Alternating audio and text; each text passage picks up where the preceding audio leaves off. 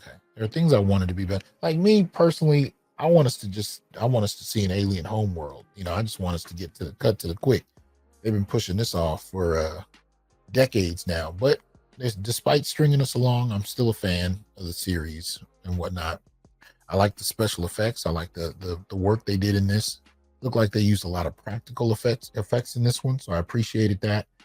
What else? I will say even the planet's rings is probably the best I've seen in a film.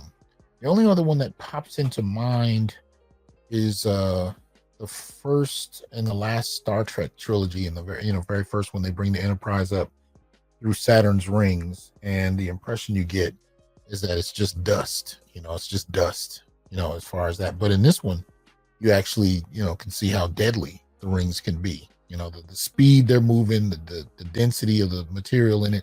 So I thought those kind of little touches were really good. They did a lot of callbacks in this movie, as we could see. Where she pushes the newborn alien or gets it sucked out. I mean, that goes back to Ripley. We see it with a newborn in particular in Aliens Resurrection, the fourth film. So they did a lot of callbacks, a lot of tropes going back to Ripley herself. Dark-haired white woman running around with a gun on a derelict ship, killing aliens. So a lot of the kind of old ones that come back here and there. They're always going to go back to what works, and they do. LXST says, I want the android and her to pop back up. And how does this fall in with the alien timeline? Well, from what I gather, this takes place, obviously after the first movie. And if I'm not mistaken, I think it may even take place before. They said it was like 50 years after. So I don't know if Ripley's been found yet.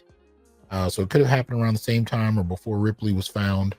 But they find the original Sulaco, and they find the original alien from the first movie. So, but if they pick it up after this and we see it on a planet, it'd be interesting. But they did some interesting things, and some of the other callbacks, or at least one of them, has to do with what's behind the camera. So let me see. Let me move this around so you guys might be able to see it. So got too many screens going. So let me see. So in the original, I'll show you this image real quick. Yeah. So this is the brother from the original, and if I'm not mistaken, I think he's a Nigerian cat. Right, Bolaji Badejo. Probably wrecked that pronunciation, but he was 6'10", which strangely enough is my son's height. So this is the original Alien in the 1977 movie. The one we got for this year, man, wait till you see this cat. If you've been following the series, and of course the Alien prequels, you know that it said that the engineers, which are all white from head to toe, no hair, they were the creators of the black goo and thus the aliens themselves. And so, when they mess with the formula, what ends up coming out in that last scene was an alien that looked just like an engineer. But just a little bit on the person they had playing the newborn. This is him, and in a way, he's, to me anyway, he's kind of as freaky in real life as he is in the movie. But check it out.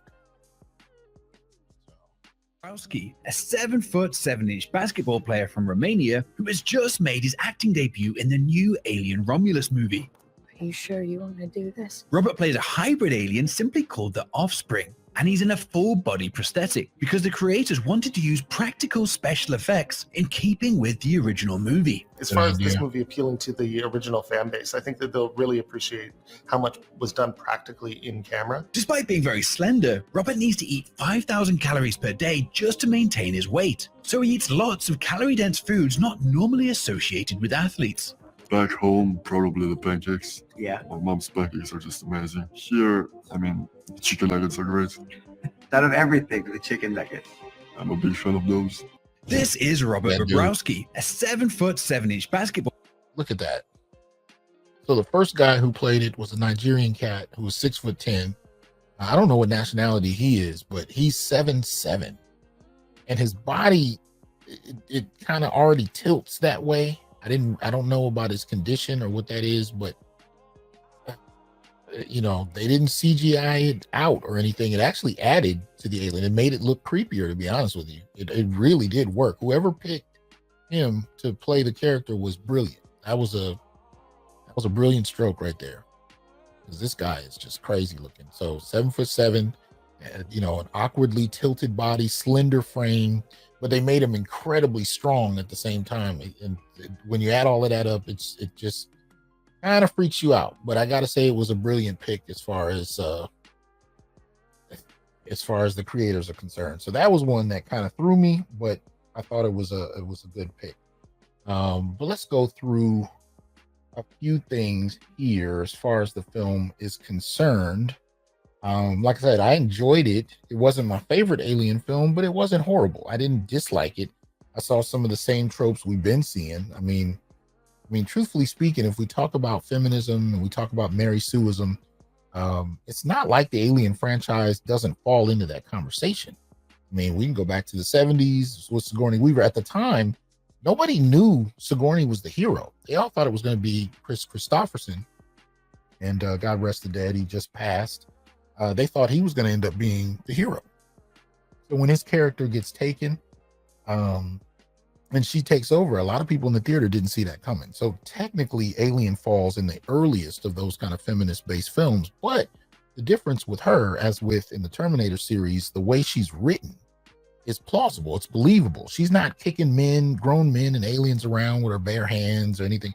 Everything she did was, you know, intelligence-based, was leverage-based. She understood and was strategy-based, which is what made it great, right?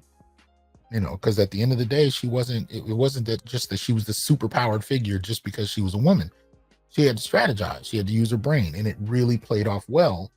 It's only in the last couple decades that we've seen them kind of break from that formula and just go off on this, you know, feminist superhero trope. But Sigourney's character, her portrayal, and the writing in the film really set the stage for, you know, a heroine that has to use her brains. And so I think the film series has tried to keep with that, you know, a little bit, but we still see, you know, some little elements here and there. But overall, I liked it.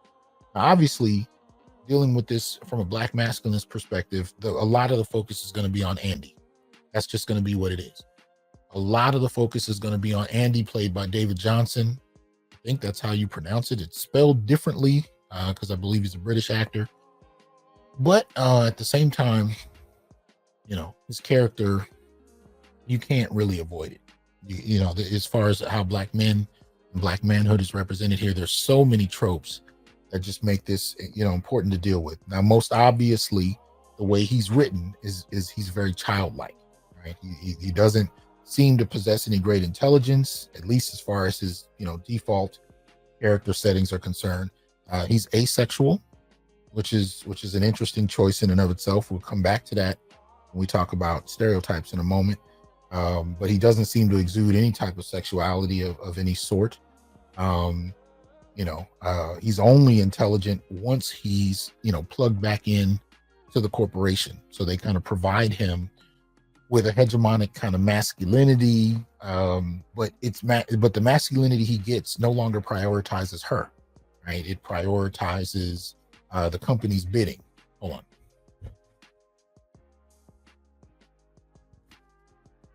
Okay, sorry. Got a little too comfortable watching the movie. So, you know, the masculinity he gets, the intelligence he gets, comes with a cost, and the cost being he no longer prioritizes her. And so the choice is between him as a almost a childlike figure who will follow her every word and protect occasionally, but for the most part doesn't take the initiative to do very much, where she ends up leading, versus him actually leading and protecting. And he was still protecting her even though he was operating on behalf of the company, but she didn't trust him. Now, again, within the context of the story, that makes sense. But in terms of the gender dynamics, men have found similar experiences in general. taking the lead, following, and looking at the repercussions of either decision. So it's interesting to see it kind of played out here. And her goal ends up being halfway through the film, getting him back to his childlike state, which is the only way she'll accept him, right? Because she could have, well, I'm not saying she could have, but would she have kept his assertive masculinity even if she could reprioritize him away from the company? Kind of doubt it. She seemed quite comfortable with him as a child, in her control in that respect, so there's kind of that. The fearfulness we saw his character display, even though it wasn't technically fearfulness, visually, that's what becomes representative of, becomes kind of representative of him just being fearful, which goes back to the representation of Black men as cowardly and not men. Hence Tommy Curry's book title, The Man Not. And then the other part was that she actually owned him. There were some references to slavery in this film that I'm not sure how many people caught. And the fact that she owned him is one thing, right? Technically, her father found him, built him up, and gave him to her to protect her, but she controls it. So she owns it, right? And then there's another statement made at a different point in the film where they talk about his whole line. Now, if you've been watching these movies since the 70s, all of these synthetics have been white. Most of them have been male, except for Alien Resurrection, where what's her name? She plays in Beetlejuice. She plays a synthetic. Her name escapes me right at this moment, but she plays a synthetic, and she's a female, and that's the only one. But for the most part, they're usually white males. So when they talk about it in this film, they kind of imply that his was the first line, right? And their role was servile. I mean, essentially, they were slaves. They were the first generation that were primarily used for manual labor. They weren't designed to be very bright. They just served. So essentially what they were saying was, and you can make the argument that all the synthetics were slaves to some extent, but the white ones are doing things that are a little different, as we saw with Rook's character. They're involved in science. They're involved with making high-level decisions. They have classified information that only they have access to. So there's almost kind of a racial hierarchy in the synthetics, right? But the subtext, or at least the inferred subtext here, is that his character line were slaves that were primarily there to provide labor. They may have been the prototypes that the others were built off of later.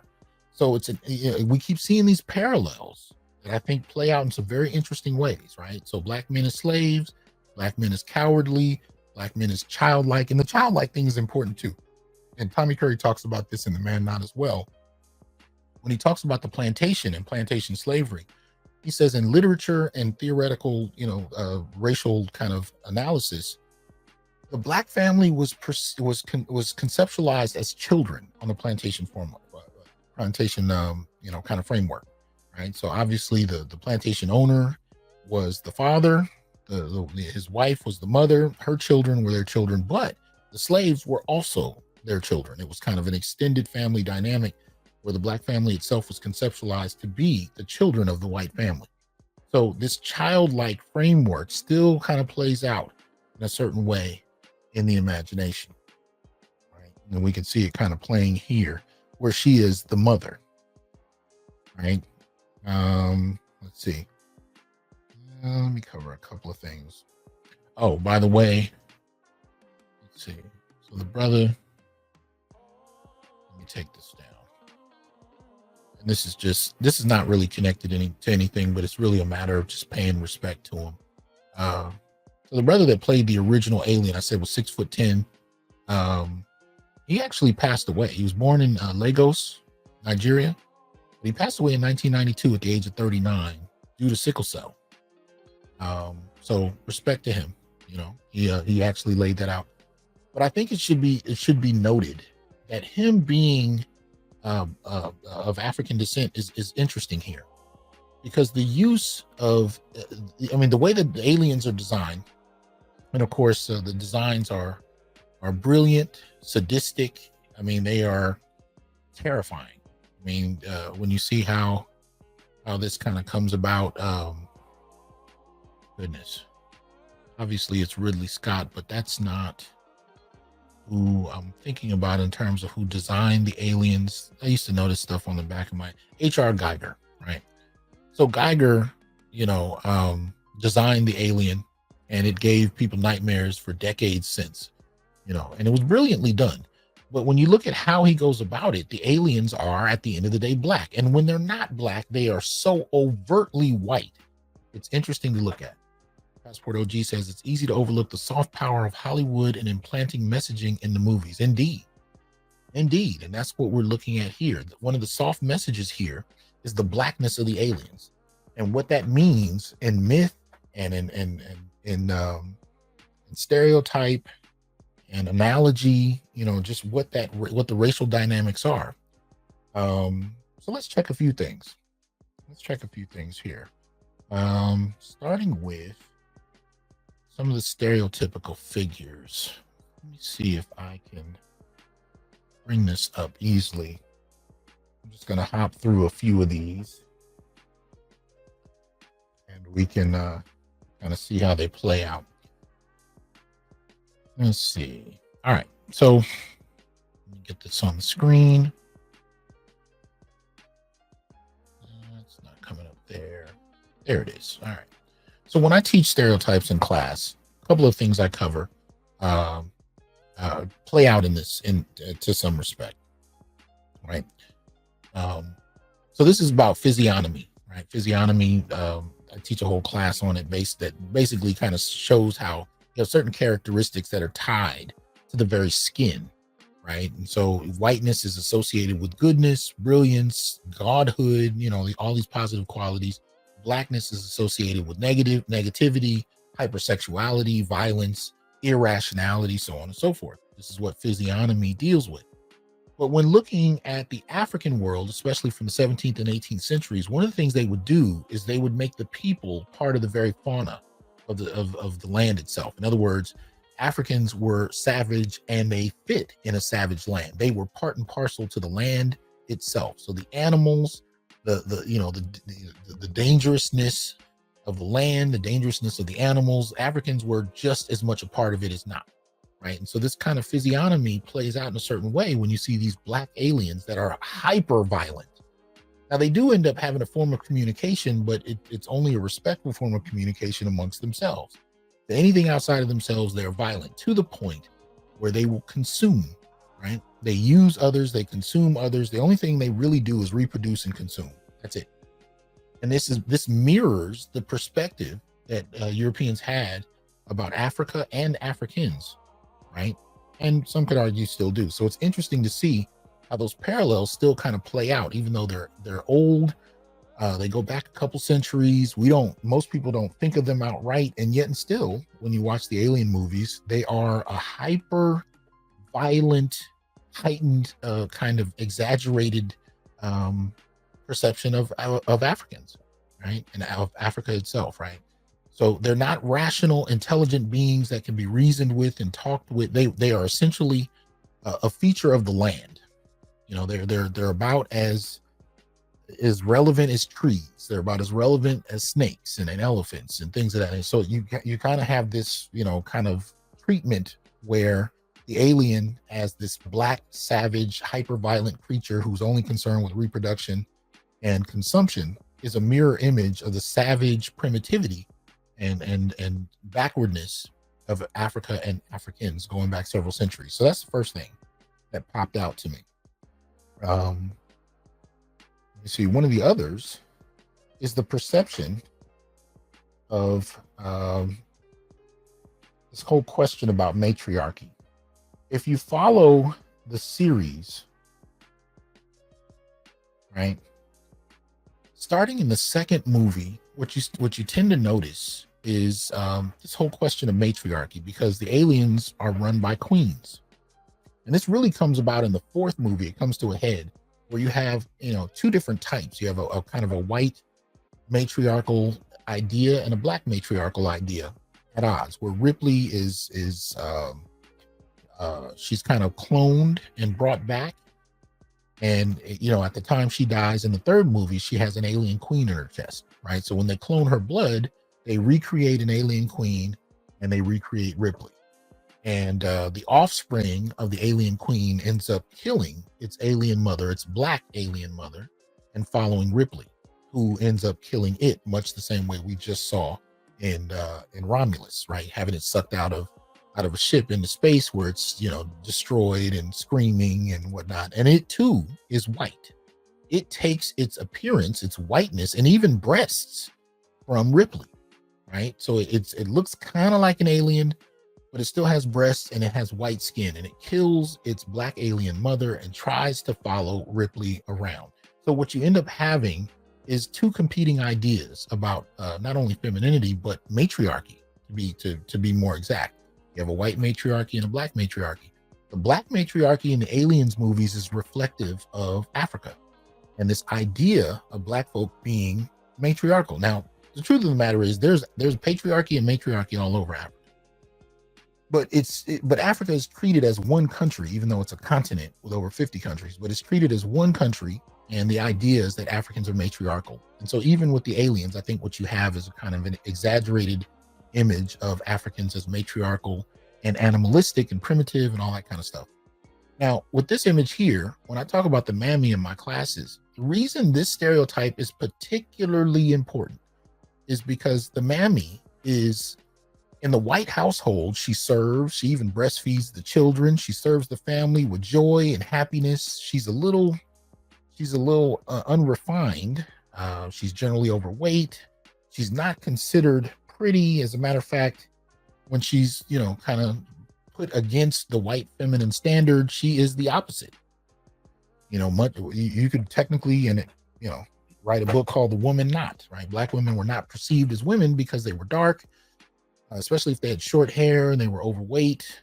All of these things marked her as not a woman, right? So you have these characteristics with the mammy, but the interesting thing about the mammy is she follows the patriarchal order when she works in the white family's home. When she goes home, right, to the slave quarters, she is the matriarch. So the idea here is that black people are backward, right? She knows her place in the white family, in the white household. She knows her role. She serves it. But when she goes back to her home, she is the matriarch. She is in control. And the men are weak and they follow, much like you see with the aliens, right? All the male aliens, if we could use that term, follow the queen, the drones, right? Passport OG says, Nell Carter, give me a break. Right. There's a long legacy of these kind of matriarchal figures. But just like you can see at the bottom of this slide, in the white household, she's considered asexual, even though we know historically a lot of those women were not only sexually violated, some of them bartered sex for resources. I mean, it may not sound like much, but a ham or a blanket or something of that matter, you know, you had women that leveraged relationships with slave owners to have access to resources. And these kinds of resources and her relationship with white men is partly what put her in a more authoritative position, even on plantations, over her own men. She was usually in charge of the cabin they may have lived in the slave quarters, or the quarter itself, I guess the quarters. She was in charge of that more so than the men, and her proximity to white men gave her that authority. Now, black men didn't have that relationship. You know, the relationship we tended to have with white women was one of threat, proxy violence, right? Whether, you know, most of the time, if she threatened you, you know, with violence, especially in exchange for sex, the threat was she would claim you raped her and thus have you lynched if you didn't provide her with sexual service. And that service had to be followed with a certain type of silence, right? Because if she's caught having sex with black men, let alone having children from black men, they might move her, you know, to another family member's home. They might sell the child, things of that nature. She won't be beaten, she won't be killed, but you will as a man, right? So the relationship black men had with white women on plantations didn't yield us authority and position the way it did with black women and white male slave owners, right? So that matriarchal setup in the black community, it's assumed that it comes from Africa. But when you're looking at African American enslavement, what you really have happening is a matriarchy that's set very much in terms of the relationships between black men and empowered white men. I mean, black women, excuse me, and empowered white men. His power gave her matriarchal authority in the black family on the plantation. So some of these kind of narratives are playing out in these alien films in a very interesting way. Let me see. I'm not going to go through, I got a lot of these, but obviously I'm not going to go through all of them. There's only one, I think one other one I wanted to kind of mention, and that is the Noble Savage. Now, the Noble Savage, I mean, these are slides I use in my classes, so excuse me. They're not exactly speaking to every subject I'm bringing up, but I'm only taking a piece of this one. So the Noble Savage, I use the two bottom images on the left. Paul Robeson as the Emperor Jones, and then the novel Oromako, or the Royal Slave, 1688. The image, the idea of the Noble Savage, and this applied to Native American men as well, right, is that nobility is directly related to how well non-Europeans could adapt to European values to demonstrate their worth, right? In other words, what this meant was this stereotype of the Noble Savage was a warning to white society from other whites, right? All these stereotypes really came out of literature that whites wrote. And at the end of slavery, they established these stereotypes to make sure that blacks were kind of kept in their proper place. But the Noble Savage idea was basically that no matter how well-dressed or educated blacks can be, they are still at their core savage. So if he dresses fine, he speaks fine, he's well-educated, don't trust him, because at the end of the day, he's still going to be a savage. Especially if you're talking about white women having relationships with black men post 1865, right? After slavery formally ends, the warning here, especially to white women, is that he may have all the trappings that make him appear civilized like a white man, but if you fall for it and you get with him, you'll find your life will fall apart. Alex ST says, I feel like you're telling our villain origin story. It might as well be. I mean, this is how we were perceived and how we're seen. So anyway, this is the origin of the Noble Savage. Now, the reason I bring up the Noble Savage is I think when Andy gets the new chip in his head, and now all of a sudden he's intelligent, capable, and assertive, but he can't be trusted. I think what you have there is a Noble Savage trope, right? Where Andy becomes a threat, at least as far as the main character is concerned. Let me get her name. Rain, I guess it is. Okay, I missed that. But I guess Rain is her name. Rain's distrust of Andy, I think, is partly because his presentation as a Noble Savage. Because you notice even his speech patterns change, right? Once he gets the new chip implanted, he doesn't speak like a child.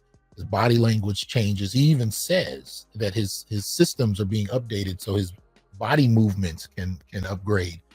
So it's interesting to kind of see he evolves in a number of different ways once he gets the chip in. But I think what you have is the Noble Savage archetype, where at his core, he's still other. He's a threat because he's other, and you don't know what he's capable of, right? So I think they play with some of these kind of tropes that most people aren't really aware of anymore, but they're still, really kind of relevant in particular ways. So I think that some of these still kind of play out. Now, let me see. A couple of things that I want to add to this. Let's see here. Now, the racial elements about the film and the gender elements, sometimes I hear people say, well, you guys are just adding too much. The movie is just a movie. You're making too much about this, but they don't actually listen to the filmmakers themselves or the actors involved. So here's a clip. We're going to listen to we're going to watch a segment of this. I may have to edit it out if I put this part on YouTube, but let's see. So this is a clip where you hear from Ridley Scott about his perception of the engineers and where he thinks that, because remember the engineers, as you saw with the alien in this movie, the latter one, played by the 7'7" basketball player. He's lily white. He looks exactly like the engineers look. Let's listen to what Ridley Scott's motivation for the engineers might have been. Check this out. Here we go. So that's Ridley Scott on the left, and he's going to talk a little bit about the origins of the engineers. And if you see on the right hand of the screen, this is one of the images of the engineers as well. But here we go. Check this out. reference paintings by William Blake and J.M.W. Turner. Ridley Scott wanted the engineers to resemble Roman gods and instructed designer Neville Page to reference the Statue of Liberty and Michelangelo's David, which was referred back to in Covenant when Wayland told his android to choose a name. In the end, the director describes the engineers as tall, elegant, dark angels. However, the Alien RPG reveals one very important detail. Engineers have enhanced senses in which they can see melodies as colors, shapes, and words, which would explain why their culture seems to embody that, with a flute being played like a password to activate and control the Juggernaut ship. What makes this more interesting is the fact that Ridley Scott is exploring the theme of gods and nature whilst using mythology like Prometheus, who was a titan and master craftsman known for helping humans. The inclusion of the flute is a reference to the Greek myth of Pan, known for playing the flute, which has a mystical quality to invoke a sense of the divine, connecting it to the voice of gods, perfectly connecting to the themes of the Alien movies. Unsurprisingly, David, once he was on the Covenant ship, what theme did he choose to play? The entry of the gods into Valhalla. Elizabeth. Okay, so that's from Movie Balls Deep, right here on YouTube, from about a month ago, right? But what I thought was interesting about that, right, was the Ridley Scott's perception, right? So the black aliens are savage, hyper violent. And by the time we find out they can communicate in the second movie, it's really almost like insect-like, and it's primarily with each other. It's not translated for us, and there are movies that have done that. If you look at one of the Predator movies, I think it's the very last Predator movie, if I'm not mistaken, they actually do translate for the first time the Predators, where we can understand what they're talking about. In a previous movie, we go to the Predator homeworld, so we start to get a little bit more there. So, you know, these films could go there if they wanted to, but they don't ever really translate what the aliens are talking about when they communicate. They have some kind of telepathic form of communication. But again, they only seem to communicate with each other. We're not told what they're thinking. We don't know how advanced they are, but from what we get, they're primarily concerned with consumption and reproduction, and that's about it. So these are lower level qualities that suggest that they're not higher order creatures. They are physically brilliant, and they're called the perfect specimen, but only on a physical level, not an intellectual one, right?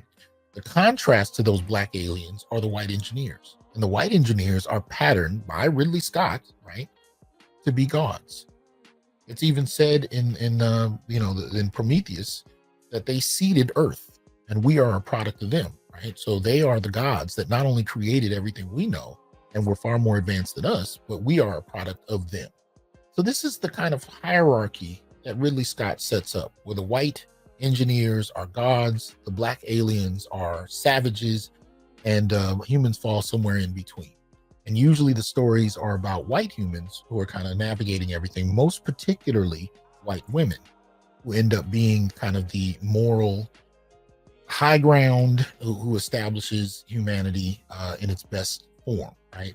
Who fend off these aliens and protect life, right? And this is particularly what you get with Sigourney Weaver as Ripley. But there's another element to this that needs to be brought in, and I mentioned it at the very beginning of the film, that has to do with sexuality. So I want to play this short clip, because here, when I talk about sex and I talk about the role that Ripley plays, and usually, like I said, every one of these movies has a white woman who's in the lead position. The reason this is important is because sex is a part of this. It's not just in my imagination or in people's imagination. This is something that plays out. So if you actually listen to they're going to give you, this is Alien Theory on YouTube. And even though this video is 4 years old, they're still talking about the Alien series. And one of the things they're going to talk about very briefly is the sexuality component of all of this, and even how Sigourney Weaver herself thought about this. So this is the name of the video is James Cameron versus Ripley's Underwear, right? And this is based on a scene in the original film where once she thought the alien was killed, she's getting on the escape ship. She gets undressed. She's about to go into cryo sleep. She's got the cat with her, and then she finds out that there's an alien on the ship. Let's hear a few thoughts about where sexuality played in this, even to Sigourney Weaver herself. Another way to look at it is that while she's not completely nude, Ripley is revealing her female form, which has always been the subject of great art. And Sigourney Weaver is of course very attractive, and she is displaying it here. Contrast that to the hideous xenomorph creature that's pursuing her, and there's a good Beauty and the Beast theme working in the scene. Whether you find it tawdry or exploitive or not, it's become some of the most memorable, iconic imagery of the film. Whatever the interpretation, it makes an impression. And if you want to go even deeper with the psychosexual analytical angle of the scene, well, she's partially naked, she's vulnerable, the creature may be intrigued by this, moving slowly, sensually even, as Ripley gears up in the spacesuit. She's afraid, she's panting and moaning, and it does sound a little sexual, so it's a strange dance going on between these two beings. It tries to penetrate her with its clearly phallic inner jaw, but before it is able to do so, she is able to penetrate it with the harpoon gun, disempowering it. You can absolutely view it that way, sure, though sometimes a cigar is just a cigar. The article in the Daily Mirror provides a rebuttal of sorts to Cameron's opinion from Sigourney Weaver herself, citing a 1981 interview in which she was initially keen on the idea of her character being naked because it would have been a nice contrast to the alien story unfolding before her character. You see the alien in its birthday suit the entire film, so I thought it was a cop-out having me wear the underwear and not stripping entirely, Weaver said. After receiving criticism for the strip after the movie's release, Weaver said it never occurred to her that people might think the strip exploitative, but having received the mail I have, I would now think twice about taking off all my clothes in a movie. People have said, "Oh, how could you demean yourself by doing a striptease?" And I say, are you kidding? After 5 days of blood and guts and fear and sweat and urine, do you think Ripley wouldn't take off her clothes? Also, in the 2003 special edition DVD commentary, Weaver joined Ridley Scott to discuss the film and elaborated further on some of the original intentions of the scene. We actually wanted to have more of a quasi-sex scene. We wanted the alien to come and look at her through the glass and be intrigued by the soft pinkness of her compared to him. We wanted him to be that intelligent and that it kind of turned him on. Beauty and the Beast, I think we were going for. If things turned out differently while making the film, if Ripley had been stark naked, if there had been a more overtly sexual tone to the scene, then maybe it just wouldn't have been quite as digestible as it remains.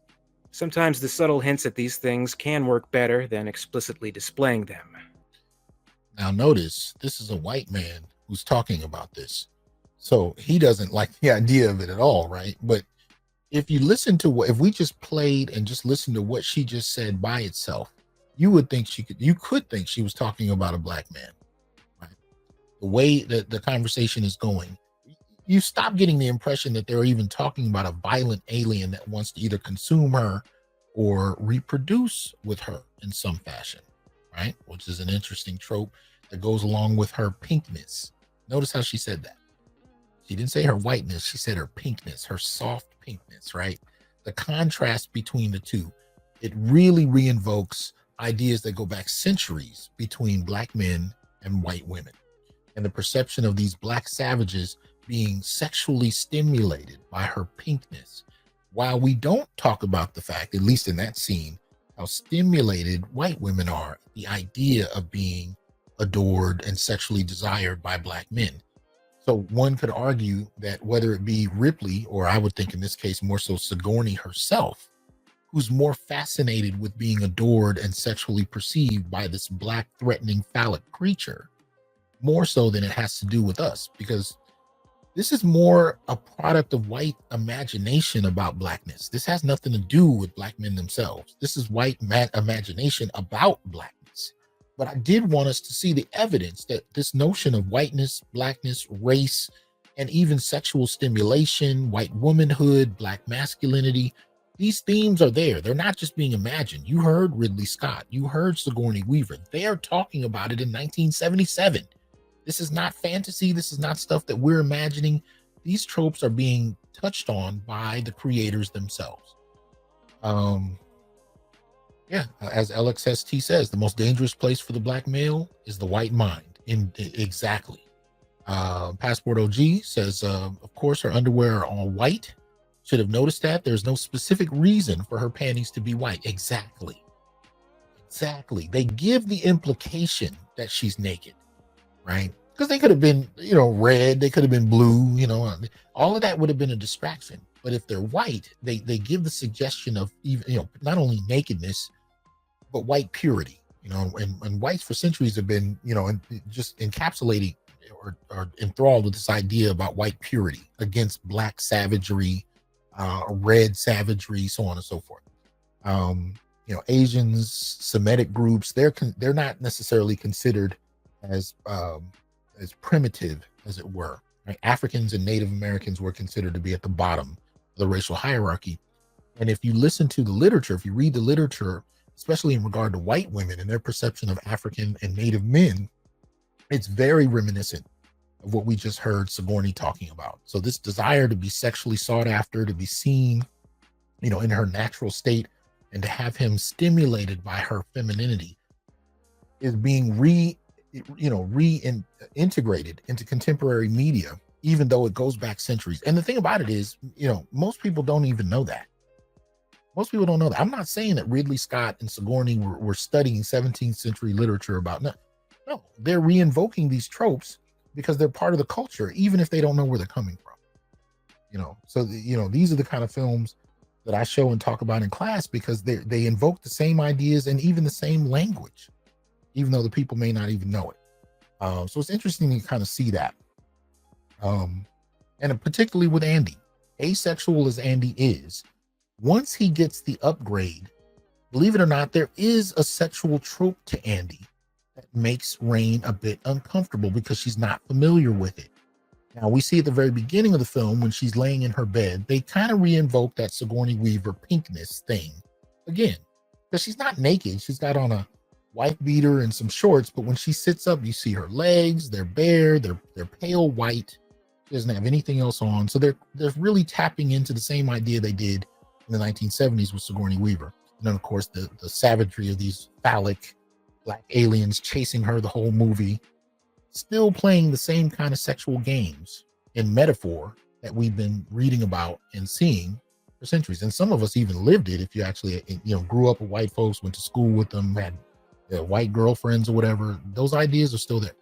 LXST says, also the engineers and aliens could represent yin and yang, as the engineers are white but leak black fluid, while the alien is all black with white innards, showing their duality of creator and creation. Okay, interesting point. Keep in mind that even though the aliens' innards are white, that green acid must mean something, but their blood is toxic, and that's it. And I think that's where we could really begin to see it. When you talk about reproduction, what is her name? Her name escapes me right at the moment.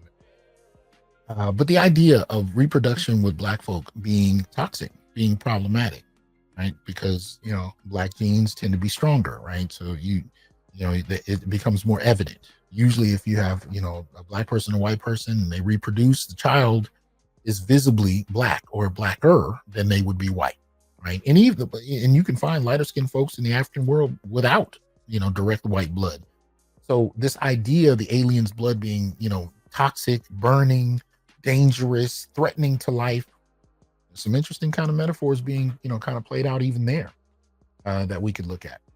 Now, the last thing we'll do is what we always do when we cover a film, and which is to go through the Onyx Media Test and see where this film kind of plays out. All right. So where does Aliens Romulus play out in this? All right. So as I usually say, sorry, my mic sounds a little different to me. Enlarge this a little bit. All right. So this is the Onyx Media Test, and you can find it on newblackmasculinities.wordpress.com. And this is something that I designed based off of what's referred to as the Bechdel-Wallace test. And this is a test made by two white women feminists, and they were frustrated about how women were represented in film. So they created a series of questions that could be answered to determine whether or not a film was considered sexist, right? So I took that as an inspiration and completely redesigned it based on black men and how we're represented in film. So it's a test to measure the quality of representation of black males in television, film, online, and and any other narrative visual content. Such productions often mark Black men as social failures due to their stereotypical behavior. So we're going to look at that.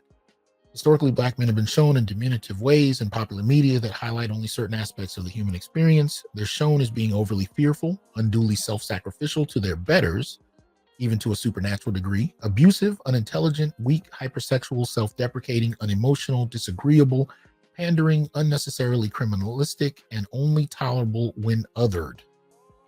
So the way you use this test, you answer each question about a media project of your choosing. Each answer in the affirmative scores a 1, while a negative answer scores a 0. The higher the score between 0 and 17, the worse the results regarding Black male representation.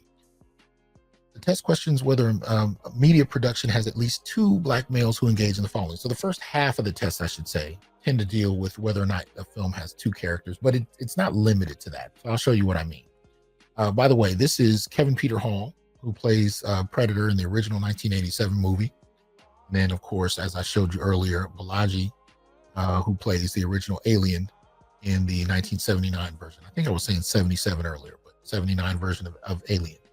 Right. So the first question is, do they dress and look like everyday Black males, or are they aliens, pet animals, etc.?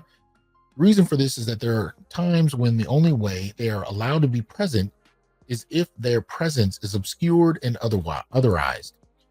Now, the interesting thing about this question is the Black males present in this film, or the Black male, is not presented as strange looking or animalistic, but Blackness is still represented, even though we don't have to know if the actors are Black. Let me see. Alex ST says, we can see that whenever there's an alien human hybrid, the alien side is very pronounced more than their human side. Yeah. So as far as this, you don't have the main character looking strange, but the Black aliens are still a statement about Blackness and really Black men, right? We don't get to Black women until you deal with the queens, right? Which is Aliens, the sequel to the original 79 Alien. So, you know, when they're talking about Black women and Black men, it's very clear when they are, because they've established that as a matriarchal insect-like society, the only females are queens, and there's not a queen in this movie. So they're, you know, in that respect, the film does refer to Black men in that respect, in terms of the aliens. Are they criminals for reasons that have nothing to do with the story? Not necessarily.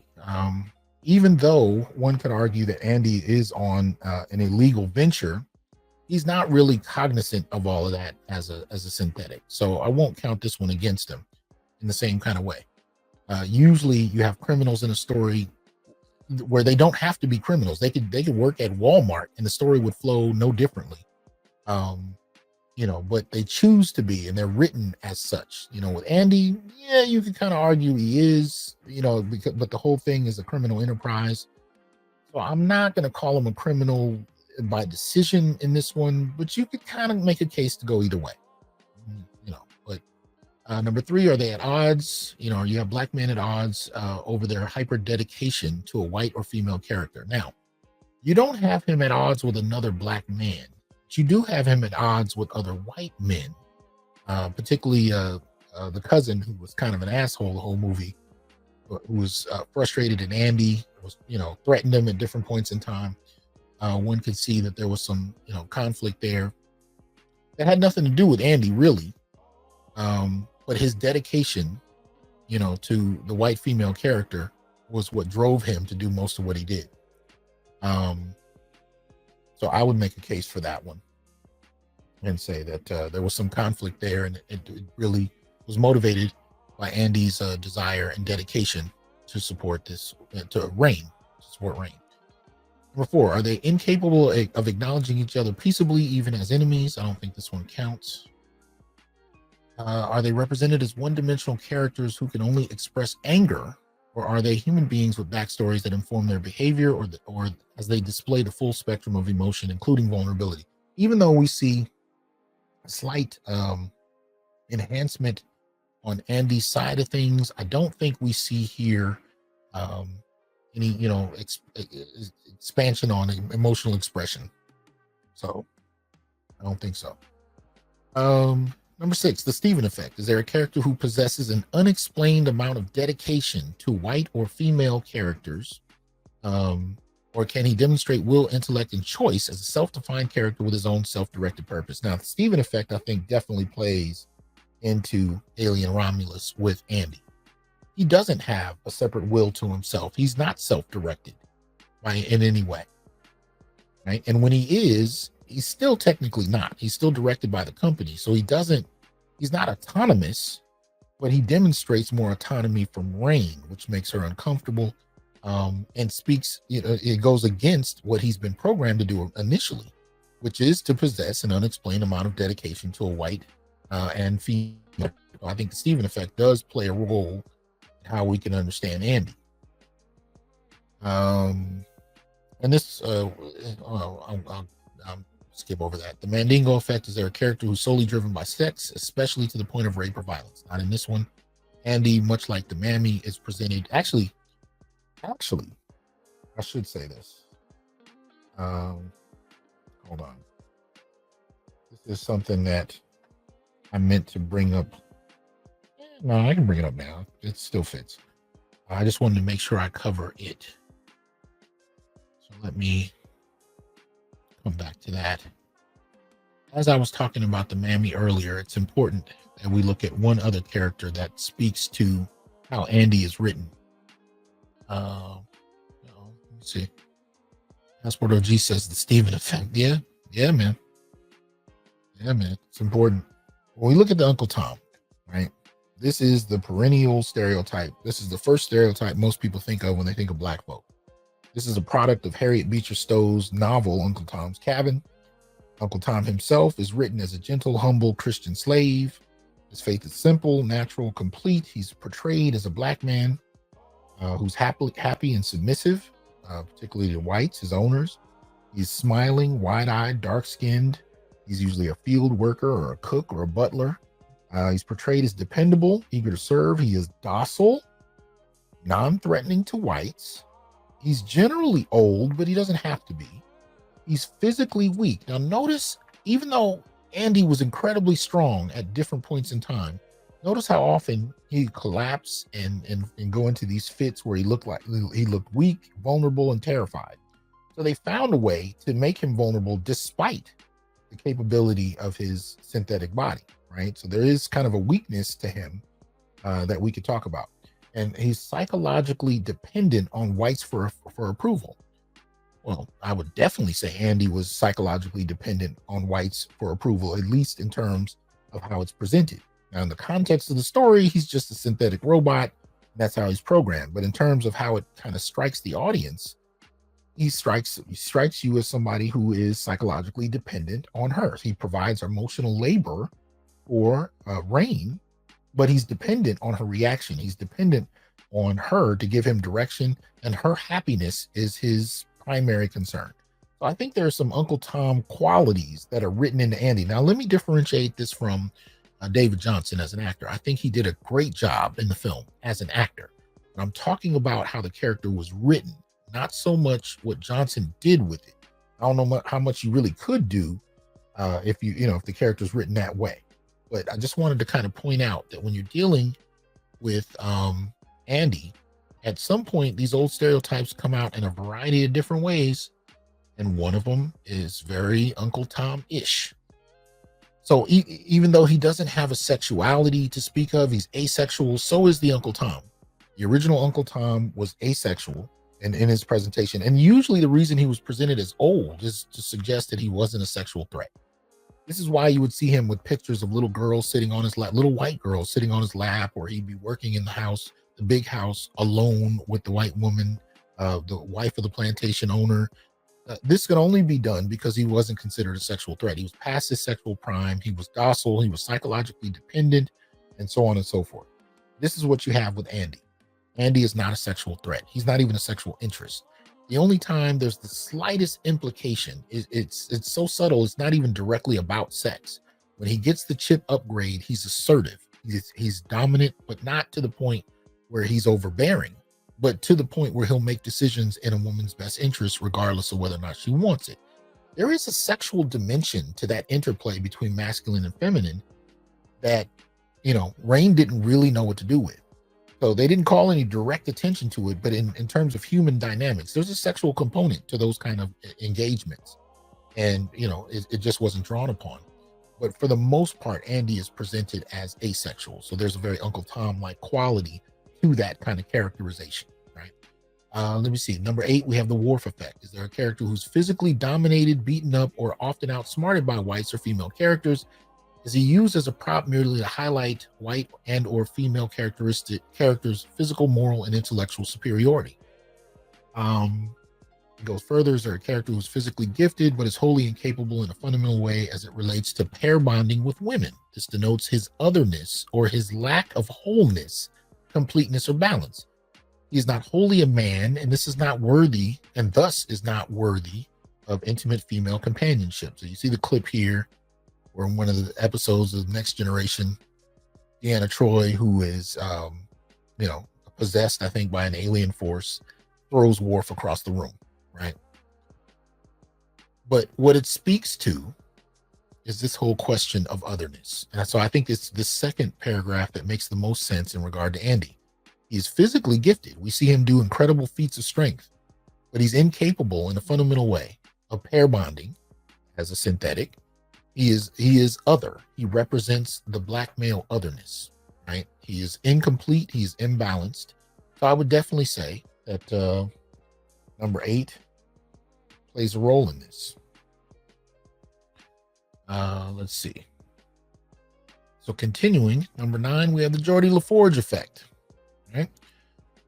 Is there a character who's intellectually gifted but is wholly incapable in a fundamental way as it relates to pair bonding with women?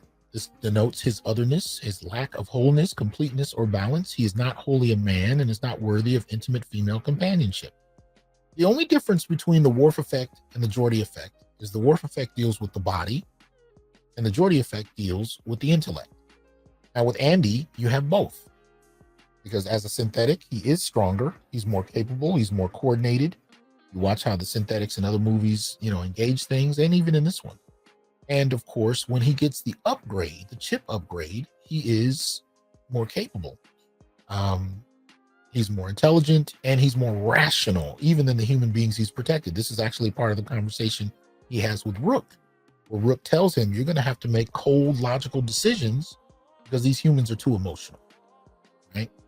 And so he accepts that, and he does it. When he doesn't open the door to save the pregnant woman because he can see the alien behind her, and he knows this is a strategy the alien is using to get at, Rain and the other character, right? So he makes a cold, rational decision despite how much they don't like it.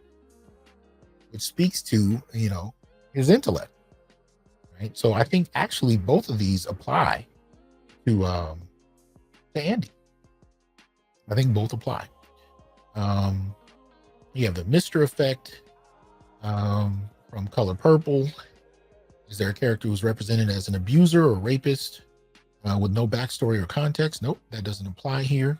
You got the magical Negro effect, right? And you can see a couple of characters there from different movies, right? Is there a character who spends most of the story overly catering to white or female characters, especially without context or explanation, to the point of not being human? In other words, does he use supernatural means to serve others while the audience is told nothing about his own humanity or motivations? Now, technically, there's no, magic or supernatural in this, but one could say, even though Andy is a synthetic, there is supernatural, at least to the context that he's,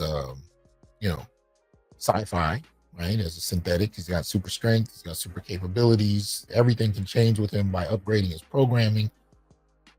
And I would argue that his dedication to Rain is damn near supernatural in and of itself, right? So I do think the magical Negro effect plays a role here with Andy's character. I do think that is part of the framing of Andy. His dedication and his abilities as a synthetic kind of breach past human boundaries and I think go into a supernatural kind of territory. So I do think this one applies. You have the Shining effect. Shout out to Scatman Crothers playing Dick Halloran in the original Shining, 1980, original Shining. Shining effect. Is there a character who is represented as a martyr who gives his life for white and female characters as a convenient plot device, but not in a way that explains why he would do so? I do think Andy risks his life for Rain, as it's explained as part of his programming. But it does go into an unreal area. And I think just the visuals of having a black male who's willing to, sacrifice himself, and he does. I mean, there's a point where, he's not even going to be able to get into one of the cryo, chambers. So by the time they make it to the planet, he can't go with her, and he's willing to do whatever it takes to make sure she's safe. Again, to an almost supernatural degree. So I do think, as far as his sacrifice, his martyrdom, his attempts at it, his willingness to do it, I think it qualifies. The cowardly lion effect. Is there a character who was unduly afraid beyond other characters for no verifiable reason? Does fear govern his decision-making and overall temperament? So this is a complicated one. Shout out to Ted Ross as the lion from The Wiz, 1978. It's not necessarily overtly fear. It presents as such. Because when Andy goes into these fits and he passes out and he's on the ground shaking, like he did when he was physically attacked at the beginning of the movie, like he does on the ship, it presents as fear. It presents as being cowardly, even though technically it has to do more so with a malfunction. But I think in terms of, how we're looking at representation, it comes across as fearful.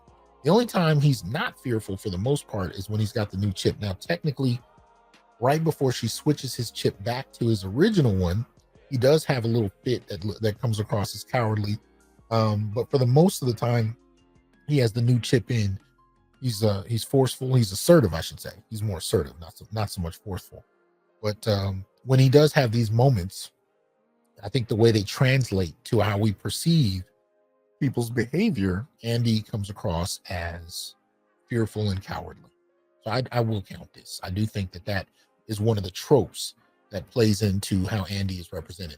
And when I was talking earlier about this trope of being overly fearful, I was talking about John Boyega as Finn in Star Wars The Force Awakens. And this was the clip from the trailer. So even before we saw the film, we saw this trailer where he's, exaggerated in his fearfulness, right? This goes back to very old stereotypes about black men being weak, black men being fearful, overly so.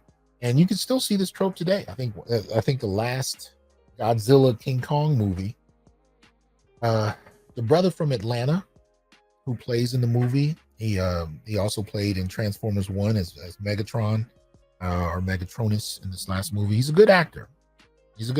But in that Godzilla movie, he plays this kind of fearful black male to the point where children around him are more courageous than he is. Right. So I do think this plays out in Alien, but in a weird kind of way, because it's not technically fear with Andy, but it presents as such. Because you know what they could have done? If it was just a matter of him malfunctioning, he could have just froze up like he did when they first put the new chip in him and he just froze. He could have done that. Right. He could have just blacked out entirely and just his body collapsed and he had no response whatsoever. There's a lot of ways they could have represented his malfunction, but notice the one they chose. They chose the malfunction that made him look cowardly and overly fearful.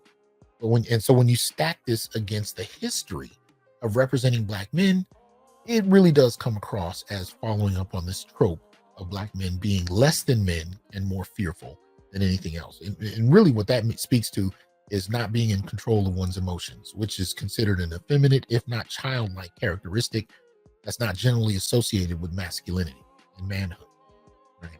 So this was yet another way that black men were not men.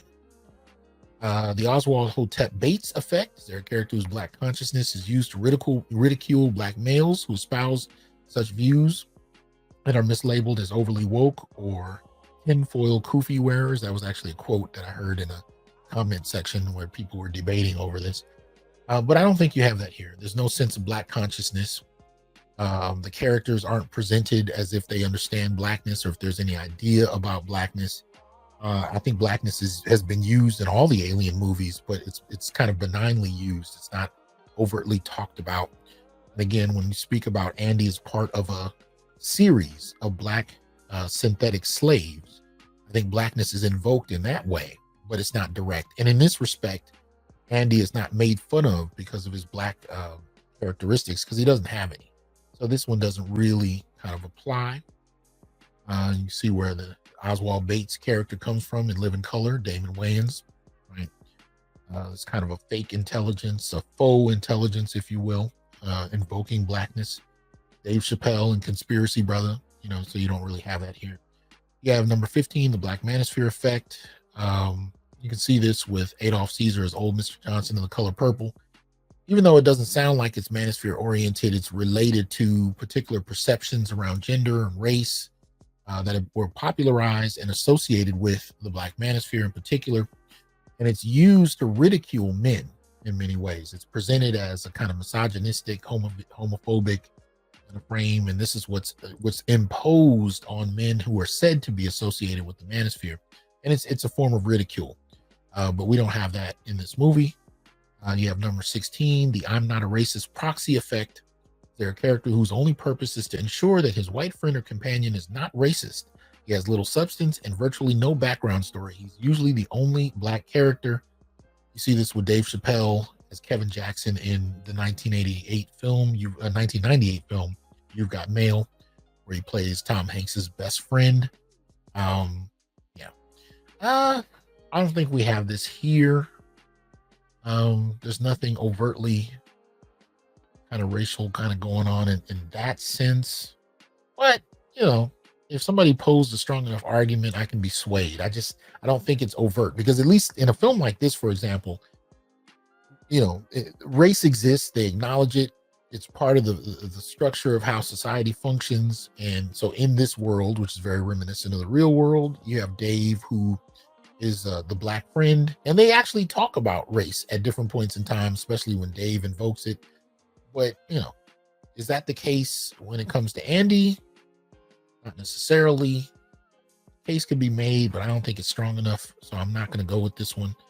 But and the last one, number 17, the Falcon effect. Most particularly in the superhero genre, they're a character who serves as a sidekick, whose capabilities are often a product of a white or female character's largesse. Do they glean their moral or technical skills from their heroic mentor? Such characters seldom have love interests, backstories, or a well-explained reason to serve as a sidekick. They're less self-driven as heroes, less intelligent, and less powered. And yes, I am actually going to count this one. Why?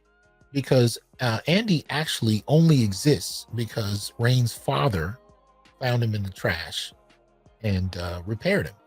And Rain maintains his repair. She even says, one of the last lines of the film, I'm going to fix you, right? So in that respect, he's a sidekick. And he's a sidekick that only exists because of Rain's father and Rain herself. They actually pull him out of the trash and rebuild him to the point where he's somewhat functional. Nowhere near as functional as he's supposed to be, not as functional as other synthetics, but functional enough to provide emotional labor and degrees of protection. I do think this one kind of applies. So let's see. We got one. Let's see. I don't think we counted these. 2, 3, 4, 5, 6,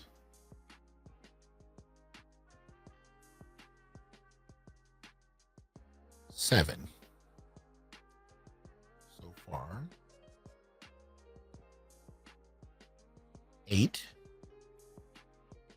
I'm gonna give this one a half, because like I said, they're all criminals. Andy is kind of roped into a criminal engagement. I'm gonna give it like a half, and then you have 9 with that. So I would say that's about 9.5 out of 17 for the Onyx Media Test. About 9.5. All right. So let me see. Did I 1, 2, 3, 4, 6, 7, 8? Yep. So about 9.5. So that's where it falls. So anyway, hope you guys enjoyed it. I appreciate you guys coming through, and I think you can put comments right here on Patreon, and if I do post this to YouTube, obviously there can be comments there. I'm curious to hear what you guys' thoughts were, and I appreciate y'all coming through. So thank you. Shout out to Passport OG, LXST most particularly. for being vocal in this one. And yeah, man, y'all have a good one. I will holler at y'all later. Peace.